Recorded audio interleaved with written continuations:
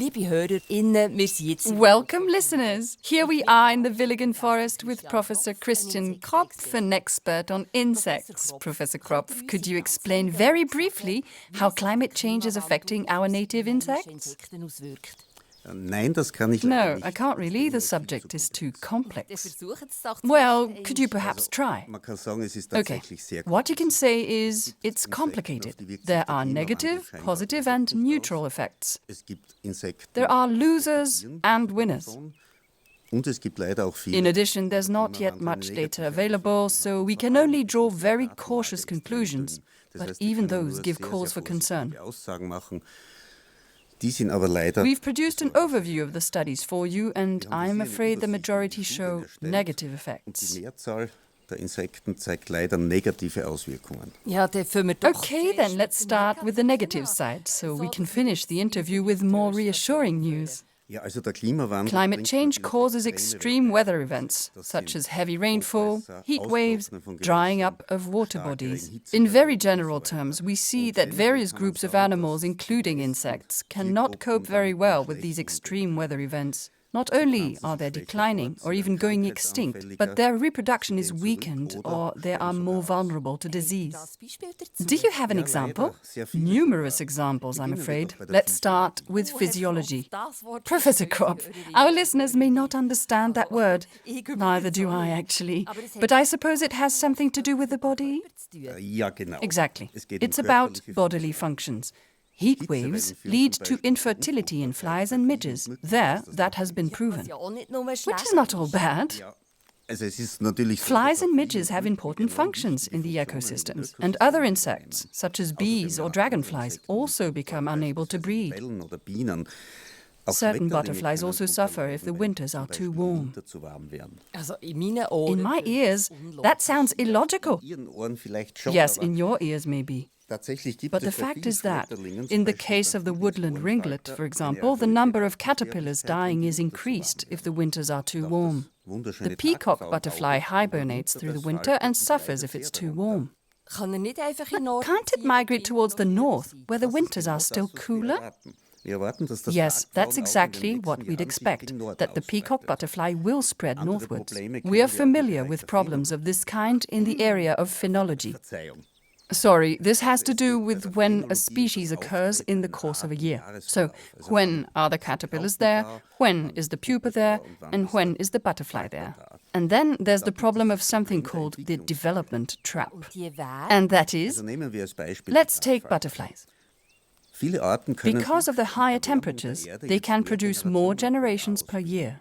But there's a problem. The last generation doesn't have enough time to find a mate or lay eggs. So the last generation is important.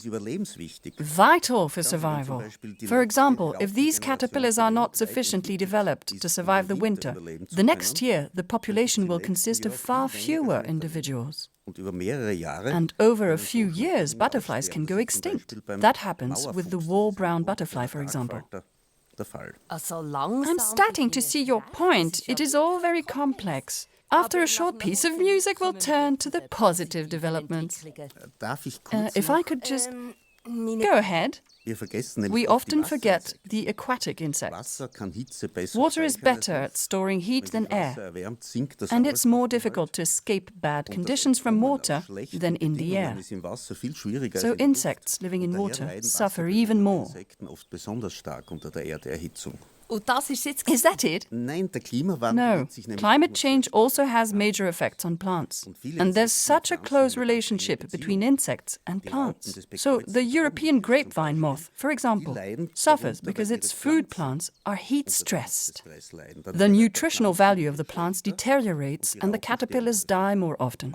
But there are also winners. Exactly. And we'll hear more about them after a bit of music. I have a friend and it's an earthworm.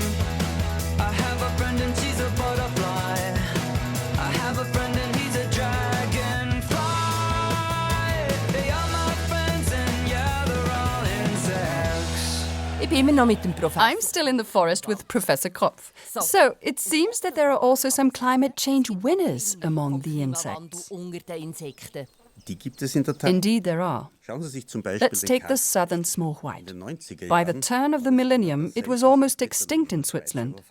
Today, it's one of the most common butterflies found in Bern. On that subject, I've got a nice map for you. Have a look on the wall.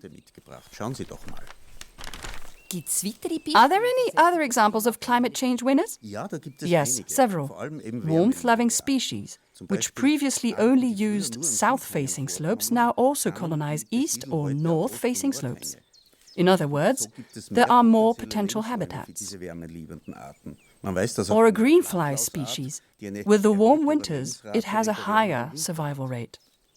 But there are also winners among plants. For example, upright brome. A type of grass. It spreads and forms dense thickets on nutrient-poor meadows, which in turn prevents other plants from growing, with the consequence that the diversity of cicadas that require grasslands like that sharply declines.